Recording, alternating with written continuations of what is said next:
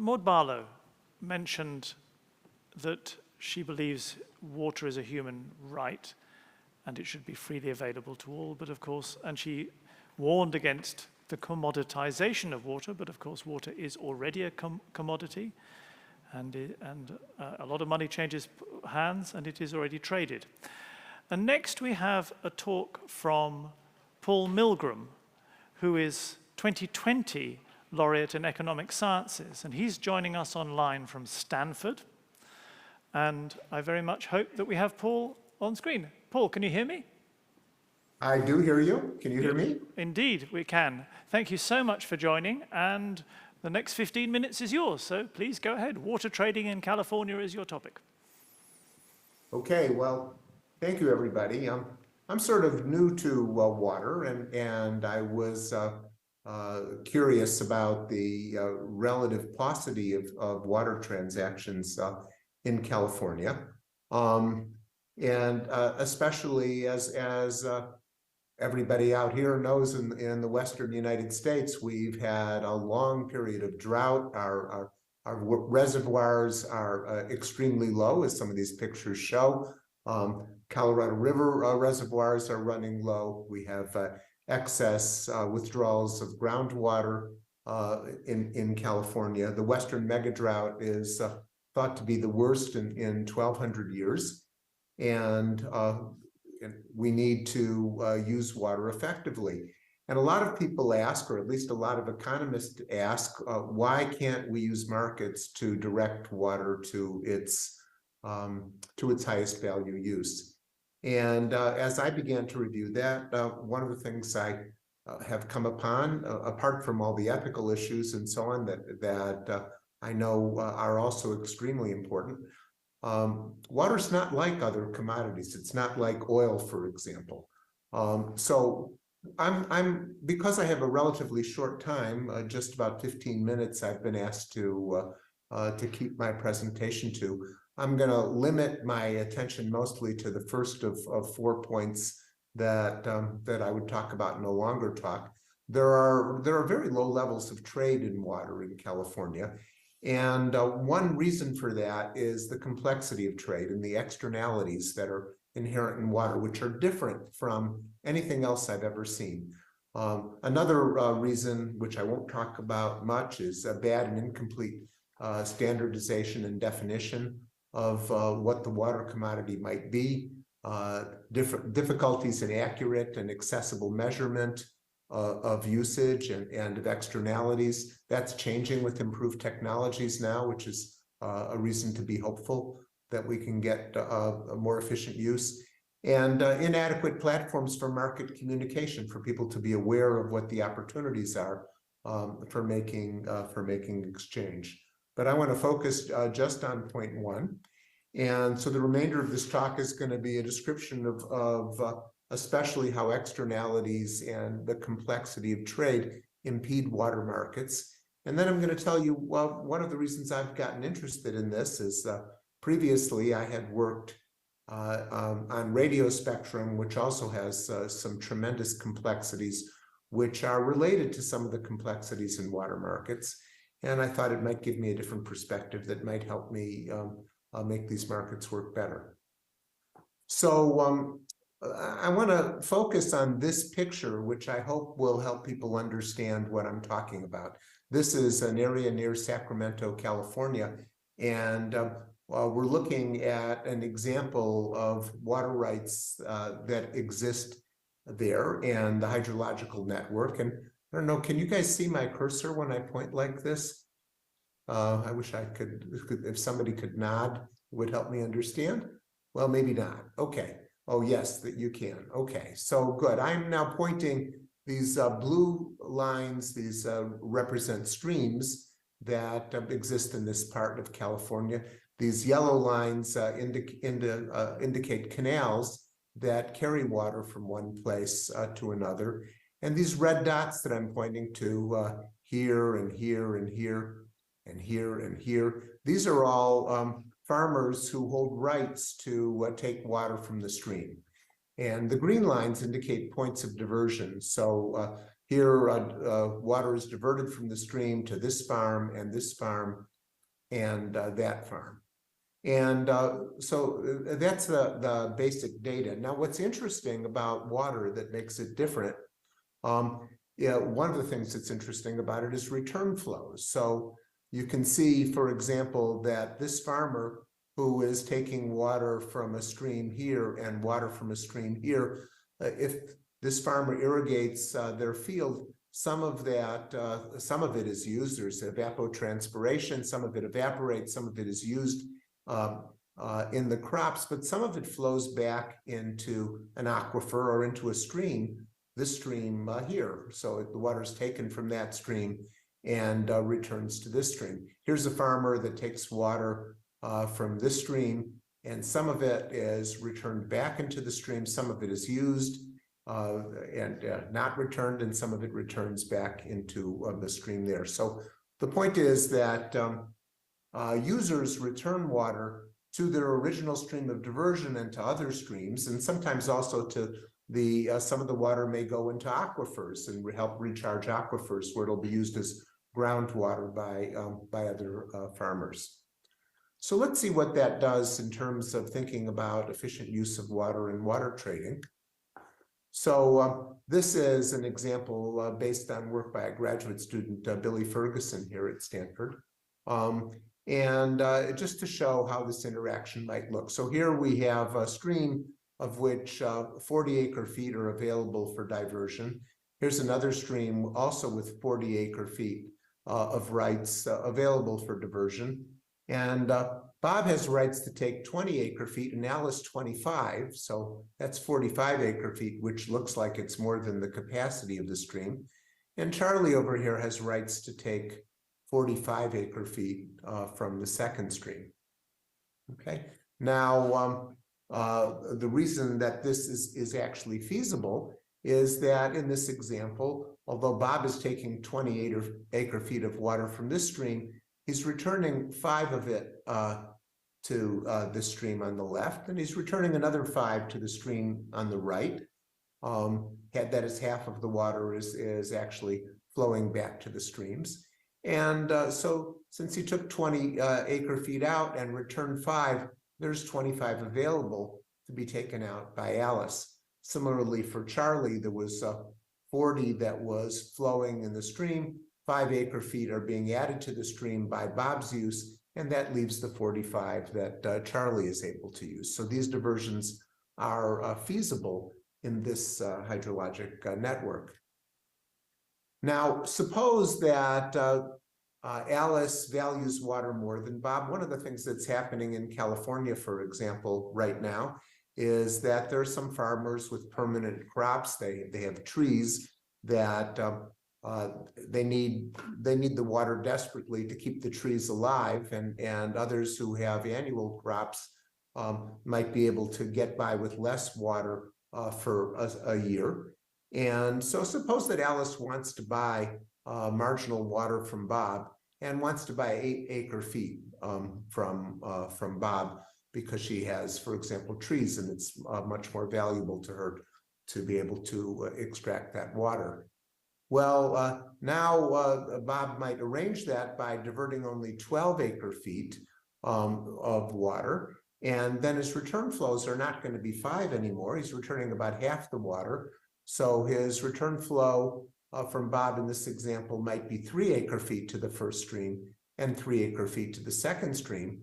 And that leaves 31 acre-feet for Alice to divert, which is, well, it's what it is. Alice can now 6 acre-feet more than she could have before the trade. But Charlie can no longer get the 45 acre-feet to which he's entitled under the law in California on the basis of his rights. And in California, this trade would be illegal. Alice would not be allowed to buy the 8 acre-feet from Bob, because Charlie is harmed by that transaction. So we have protections from harm, externalities, as we call them in economics, protection against externalities that prevent trades of this sort from being made. So this is the kind of thing we see in water that we don't see in any other standard economic commodity. Certainly, oil doesn't look like this at all. So the point is that efficient trade between any two parties can have third-party effects, it can have environmental effects as well, but all of those things are protected by legal rights. For Alice to purchase any water from Bob, Charlie has to agree and has to be compensated for damages. So the trade requires some kind of multilateral coordination among them. And as the number of agents and the hydrological network become more realistic, the complexity of coordinating this kind of reallocation becomes prohibitively costly. Okay. Now, decreasing that in Australia, one of the things that's done is the rights don't depend so much on return flows, and that facilitates trade, allows there's a much higher volume of trade in the Murray Basin in Australia, but the externalities that are done are being ignored. The damage to other uses are being ignored by those trade, and there's some harm being done by that. Managing externalities from trade is even more difficult than I've indicated, because actually we don't know who owns we have what are incomplete property rights records. We don't really know when a farmer uses water in his field exactly what the flows are. The hydrologic network is not completely mapped out and not completely measured, and there is litigation over that as the traders try to anticipate what the effects are of their water use on other users. Now, one of the reasons I got interested in this is that, as I've told you, I've actually done some work on radio spectrum in the United States. We had something called the incentive auction, where we were taking broadcast rights that were being used by broadcast television and moving some of the broadcasters onto new channels in order to clear a large band of spectrum for use in mobile broadband. It was part of the U.S. National Broadband Plan, and I led the design of an auction that dealt with. We had something like 2.7 million constraints on the allocation there, and we worked out a trading system that would allow us to respect all of the constraints and free a lot of spectrum for use in mobile broadband.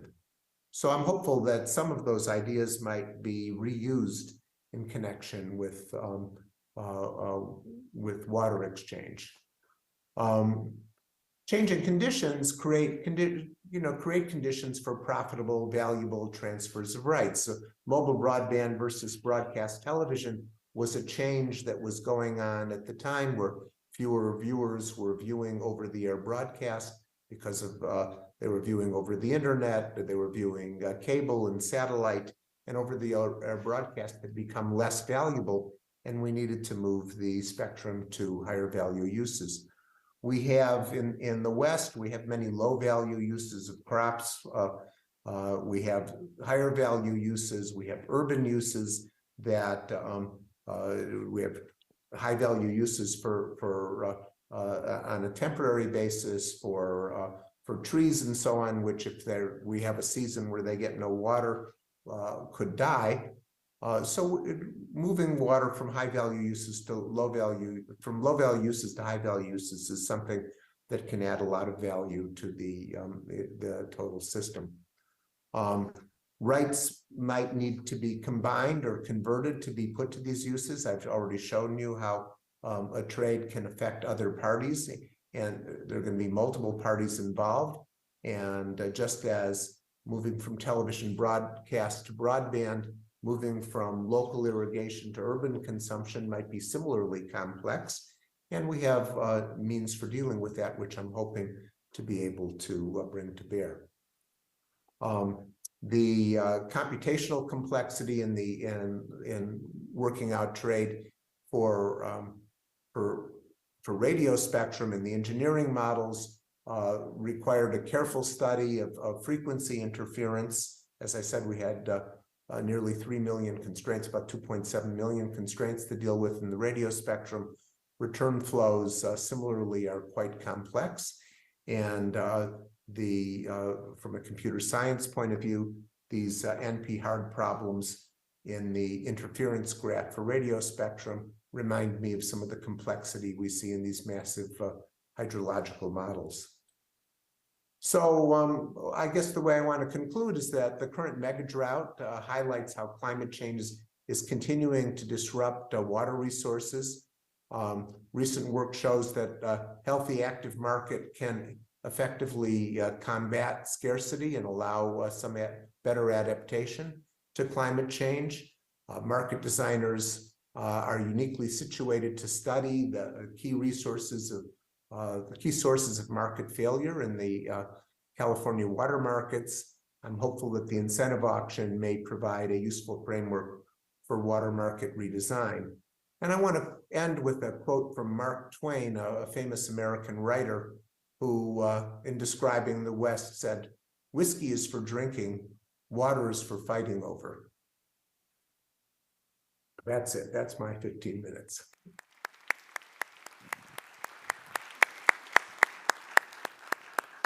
Thank you very much indeed, Paul. Now, you're going to be joined by a California colleague, Newsha Ajami from the Lawrence Berkeley National Lab. And there's something rather nice about uniting two people from California who've never met each other in Yokohama on screen. Yes. Now, well, we'll have to fix that sometime, Newsha.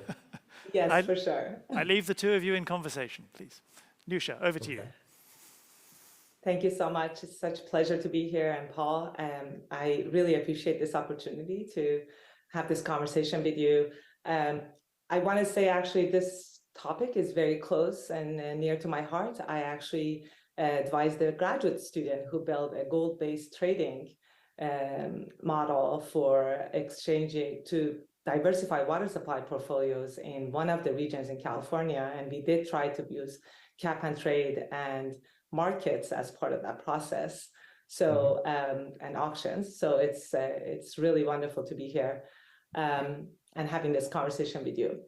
I wanted to go back to the presentation you gave and maybe touch on what am I frozen or can you see me? You're frozen to me. Oh, that is not good. Oh, now you're moving again. Now I'm here. Okay, perfect. Let's hope this is going to stay.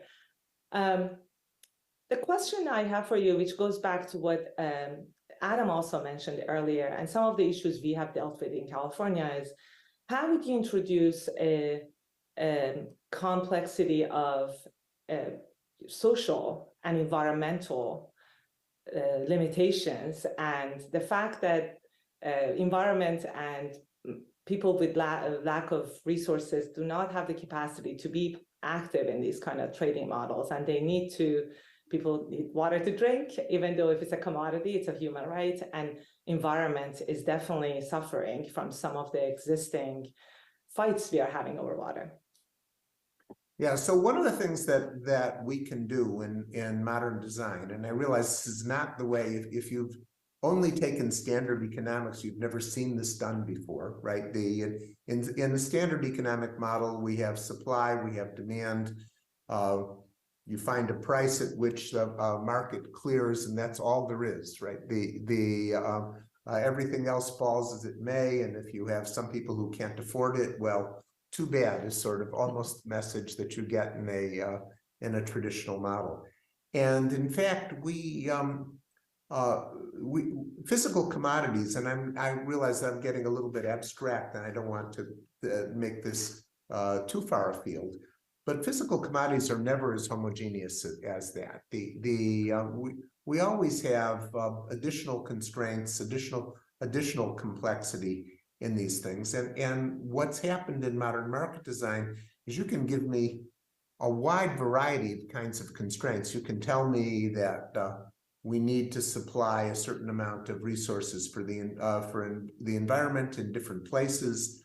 You can tell me that we need to ensure that water quality is maintained somewhere, that or that certain poor communities are served appropriately. And we can design markets that that impose all of those constraints on the allocation, and subject to that, allocate water as efficiently as possible. So that's something we know how to do now, and that's something that I was able to do in connection with radio spectrum, where there were just a huge number of constraints that we were able to respect while allocating the rest of it efficiently.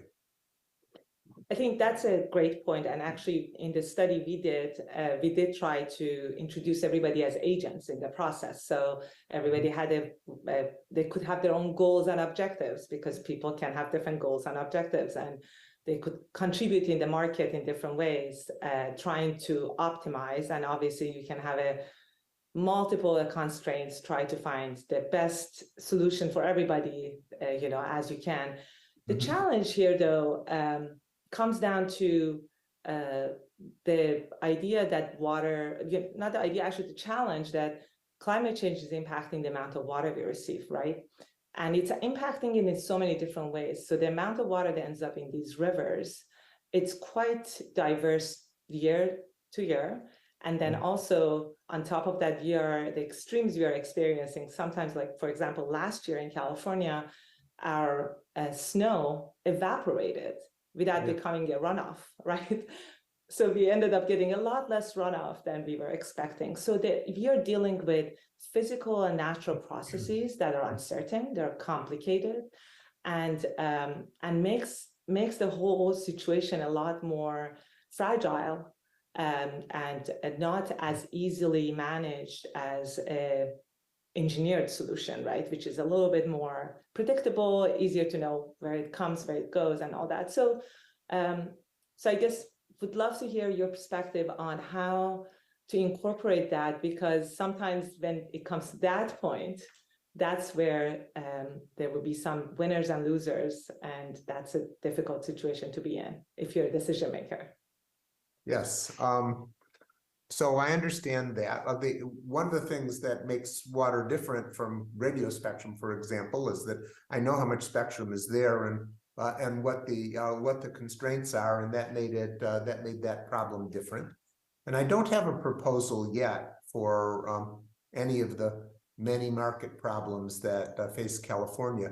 We're already, though, we have an urgent need to do some things quickly.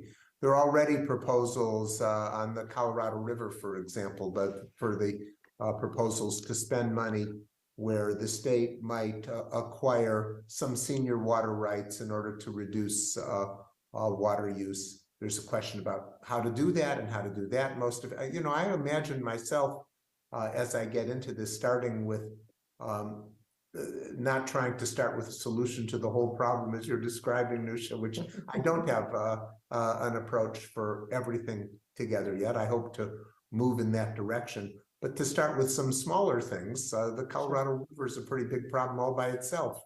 And if we can talk about how to do procurement of rights on the Colorado River that deal with, in addition to all the physical problems you're describing, we have political problems with states, Yes, all along the river who have different claims on the water and are concerned about the effects that there'll be on their states of future uses. So we've got plenty to deal with.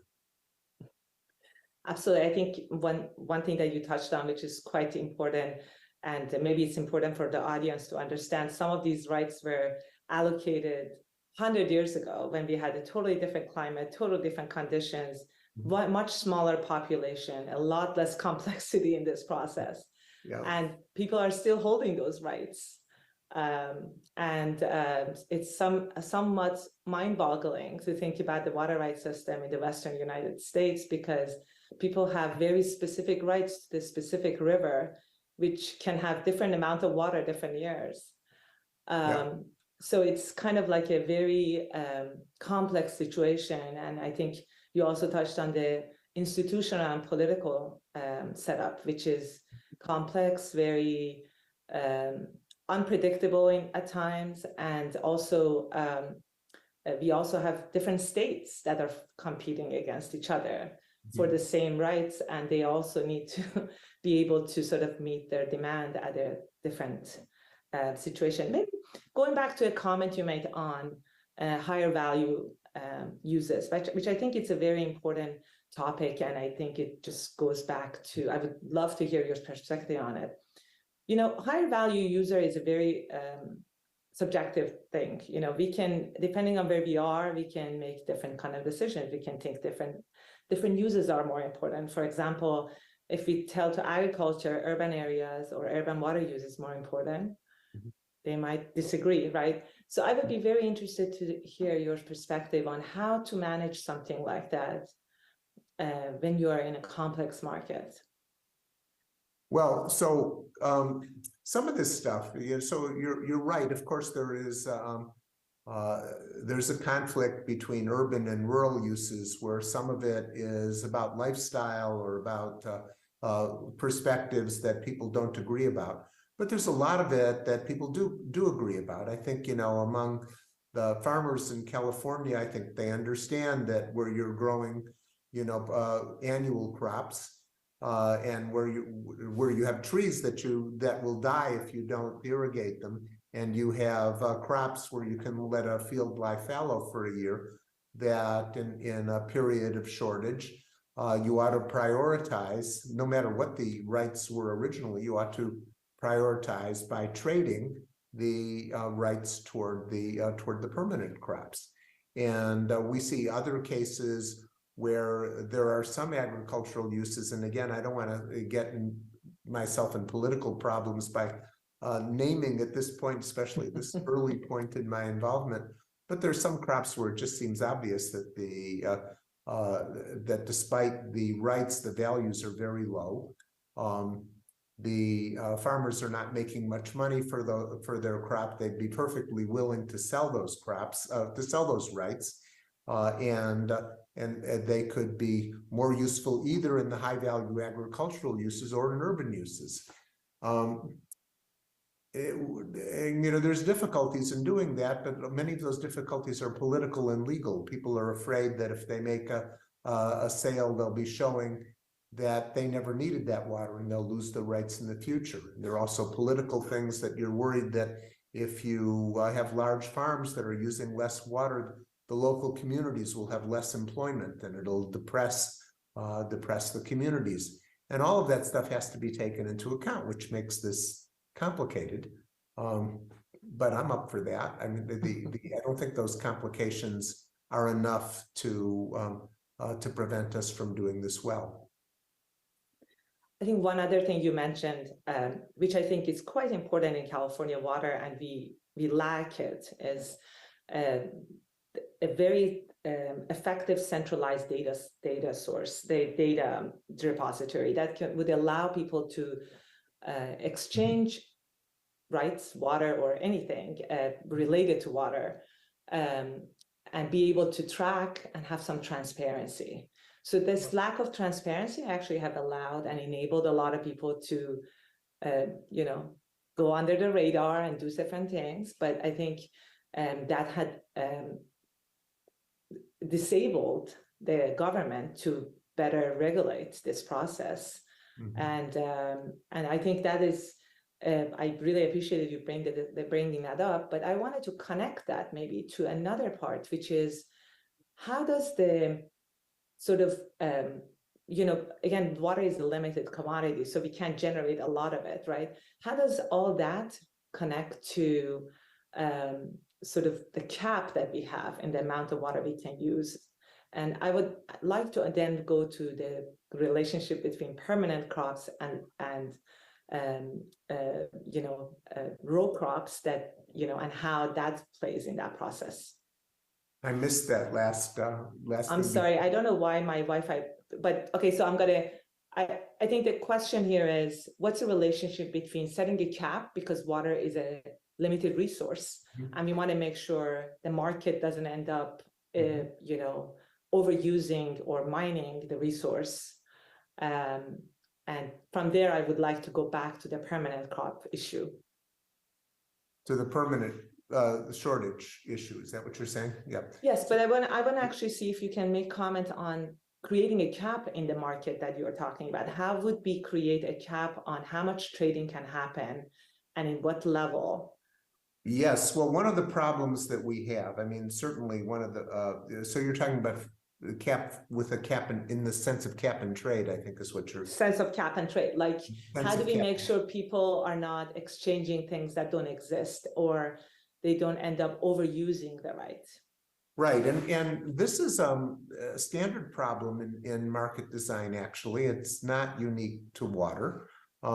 That often a barrier to getting a market to work well is creating a database and creating better measurement. And one of the problems we've had, of course, is that especially with respect to groundwater historically, but also with respect to surface water, that that measurement hasn't been adequate. We've been unable to tell sometimes, and especially in the hydrological models, there's a great deal of argument about what the real consumption of water is, as opposed to the mere extraction of water, or diversions as opposed to consumption being a contentious issue. And I think part of what's going on now that makes me optimistic is that measurement is getting better. Hydrological modeling is getting better. The farmers all understand. I think everybody in the West understands now that the old system can't survive, that we have these shortages, we have wells going dry due to overdrafts from the aquifers, and so there's a chance of bringing about cooperation if we can put together a real solution that that respects the kinds of constraints that people want to impose, so that we don't have communities that are left without water. We don't have, we take into account the impacts we're having on local communities, and we try to preserve the most valuable uses. And maybe then that's actually, I really appreciate that answer. Going back to the urban use, sorry, not urban use, the permanent crop issue. One of the experiences California have had in the past 50 years is this transition to permanent crops. And part of that started when there was this movement towards getting rid of low value crops, because our water is so precious. We don't want to use it for low value crops. And gradually people started actually ripping off their, or transitioning from row crop to permanent crops. And now we have a lot less flexibility in our water system, because trees, you need to, as you mentioned a few times, you need to have water for them every year round, and you can't just let 1 year go. And that actually have been a huge issue in California. And talking about policies, I mean, it's not an official policy, but the fact that that's what everybody wanted, to make sure we get value out of every drop out of water. So the question I have for you is, how would we make sure you know, I would be very interested to know how would we make sure that these transitions would stay permanent, would stay temporary only during dry years, and keeping in mind that in the past 20 years, we have been in droughts more years than having wet years. So meaning that if you have a deal, that deal would become a permanent deal in a way, not officially, but you depend on it. So how do we protect the environment and the people in this process, or the water, actually, as a matter of fact? Newsha, just before you jump in, Paul, we're running a bit short of time, and Newsha, as you know, I need to steal you for the next discussion as well. So, Paul, if you want to answer that, can you give a 30-second answer just to complete, and then? Okay, well, the short answer is that we need to incentivize people to make the right kinds of investments, which we're not doing right now. In fact, I could go on for a long time talking about all the problems with incentivizing people to grow the right crops, and but I don't have time to do that. So getting the incentives right is the heart of it. Maybe Paul and I would get together in California and solve this problem. That would be fantastic. I think we'll send a That would be camera. great. We'll send a camera along if we may. So, That sounds good. okay. Paul, it was such a pleasure. Thank you so much for indulging me with answering those questions. Okay, thank you, Newsha. Great to meet you. Great to meet you too.